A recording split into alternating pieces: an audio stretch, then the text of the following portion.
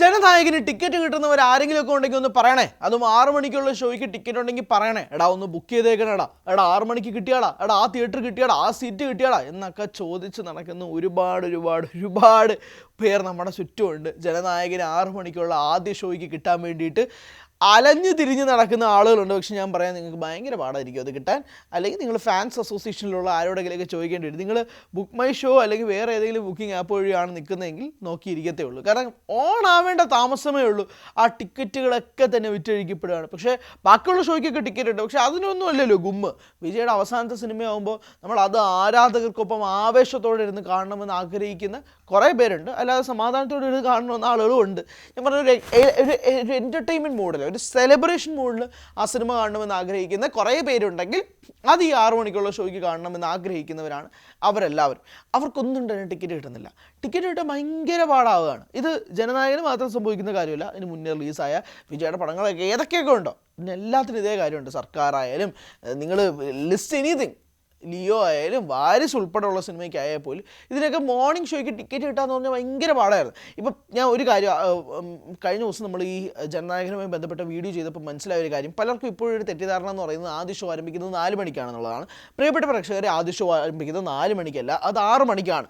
ശരിയാണ്, ഇതിൻ്റെ ടീം ആദ്യം അനൗൺസ് ചെയ്തിരുന്നത് 4 മണിക്കായിരിക്കും കേരളത്തിലെ ആദ്യ ഷോ ആരംഭിക്കുക എന്നതാണ്. പക്ഷേ പിന്നീട് ആ ഡിസിഷൻ അവർ റിവൈസ് ചെയ്തു, അത് ചേഞ്ച് ചെയ്തിരുന്നു. ആ ഡിസിഷൻ ചേഞ്ച് ചെയ്തതിൻ്റെ അടിസ്ഥാനത്തിലാണ് 6 മണിക്ക് ആദ്യ ഷോ ആരംഭിക്കുക എന്നൊരു തീരുമാനത്തിലേക്ക് എത്തുന്നത്. ഇതൊരു ക്ലാരിഫിക്കേഷനാണ്. കാരണം പലരും വിചാരിച്ചിരിക്കുന്നത് 4 മണിക്കാണ് ആദ്യ ഷോ എന്നുള്ളതാണ്. അതുകൊണ്ട് ഒരു ക്ലാരിഫിക്കേഷൻ തന്നു എന്നത് മാത്രം.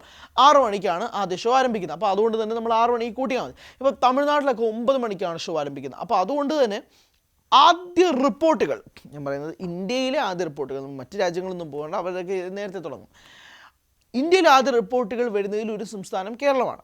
അപ്പോൾ അതുകൊണ്ട് മലയാളി റിവ്യൂവേഴ്സിൻ്റെ റിപ്പോർട്ട്സ് അല്ലെങ്കിൽ മലയാളി പ്രേക്ഷകരുടെ റിപ്പോർട്ട്സ് വളരെയധികം നിർണായകമാണ്. അത് ഭയങ്കരമായി നിർണ്ണയിക്കുകയും ചെയ്യും. കാരണം ഏകദേശം 3 മണിക്കൂർ 6 മിനിറ്റ് ഉണ്ട് ഈ സിനിമ. 6 മണിക്ക് ആരംഭിക്കുന്ന സിനിമയാണെങ്കിൽ ഏകദേശം ഇൻ്റർവെൽ ടൈം എല്ലാം കൂടെ കൂട്ടി ഒരു 9:15 ഇതങ്ങ് തീരും.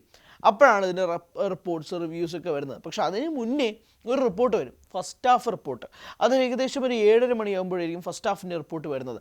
ഈ തമിഴ്നാട്ടിൽ ഉൾപ്പെടെയുള്ള പ്രേക്ഷകർക്ക് 9 മണിക്കാണ് ഈ സിനിമ കാണാൻ പറ്റുന്നത്. അപ്പോഴാണ് ആദ്യ ഷോ എന്ന് പറയുന്നത്. അപ്പോൾ ഈ ഫസ്റ്റ് ഹാഫ് റിപ്പോർട്ട്സ് ഉൾപ്പെടെ വളരെ നിർണായകമായിരിക്കും. അത്രയധികം ആളുകൾ ഉറ്റുനോക്കുന്ന റിപ്പോർട്ടുകൾ ഉൾപ്പെടെ ഇതിലുണ്ടാവും. അങ്ങനെയുള്ള കാര്യങ്ങൾ ഉൾപ്പെടെ സംസാരിക്കപ്പെടുമ്പോഴാണ് ജനനായകൻ എത്രമാത്രമായിരിക്കും ആരാധകരുടെ അവൈറ്റിംഗ് ഉണ്ടാവുക, എത്രമാത്രം കാത്തിരിപ്പായിരിക്കും ഈ സിനിമയുമായി ബന്ധപ്പെട്ടുണ്ടാവുക എന്നുള്ളത്. ഇതുമായി ബന്ധപ്പെട്ടുള്ള പല ചർച്ചകൾ നടക്കുന്നുണ്ട്. ഒന്ന്, ഇത് നന്ദമുരി ബാലകൃഷ്ണയുടെ, അതായത് ബാലയ്യയുടെ ഭഗവന്ത് കേസരി എന്ന സിനിമയുടെ റീമേക്കാണ് എന്നുള്ളതാണ്. ബന്ധമുണ്ട്, നല്ല ബന്ധമുണ്ട്. പല രംഗങ്ങൾ ഉൾപ്പെടെ, അല്ലെങ്കിൽ ചിലപ്പോൾ ആ സിനിമയായിട്ട് തന്നെ ബന്ധമുണ്ടോ എന്നുള്ളത് അറിയില്ല. പല സീൻസ്, പല സിറ്റുവേഷൻസ് ഒക്കെ തന്നെ ഇതിന് ബന്ധമുണ്ട്, നല്ല ബന്ധമുണ്ട്. ആ ബന്ധങ്ങൾ എങ്ങനെയായിരിക്കും ഇതിലുണ്ടാവുക എന്നുള്ളതാണ് അറിയേണ്ടത്. അത് ഏതൊക്കെ രീതിയിലായിരിക്കും എന്നുള്ളതാണ് അറിയേണ്ടത്. മാത്രമല്ല പല ഇൻസ്റ്റൻസസിലൂടെ തന്നെ, ഇപ്പോൾ പുറത്തോട്ട് സ്റ്റിൽസിലായാലും അല്ലെങ്കിൽ ആ തളപതി കച്ചേരി പാട്ടിലായാലും എല്ലാത്തിലും ആ ഫ്ലേവർ അടിക്കുന്നുണ്ട്, ഭഗവന്ത് കേസരി ഫ്ലേവർ അടിക്കുന്നുണ്ട്. പക്ഷെ നല്ല രീതിക്ക് എച്ച് വിനോദ് എടുക്കുമോ എന്നുള്ളതാണ് ചോദ്യം. പിന്നെ പലർക്കും ഒരു വിശ്വാസക്കുറവ് ഈ സംവിധായകനായ എച്ച് വിനോദിന് മേലുണ്ട്. കാരണം പുള്ളി അവസാനമായിട്ട് ചെയ്തു വെച്ചേക്കുന്ന സിനിമകളൊക്കെ തന്നെ വേണ്ട രീതിയിൽ വർക്കായിട്ടില്ല. അതുകൊണ്ട് തന്നെ അത്രയ്ക്കങ്ങോട്ട് വിശ്വാസം ആളുകൾക്കുമില്ല. എന്തുകൊണ്ട് വിജയ് എച്ച് വിനോദുമായിട്ട് അവസാന സിനിമ ചെയ്യുന്നു?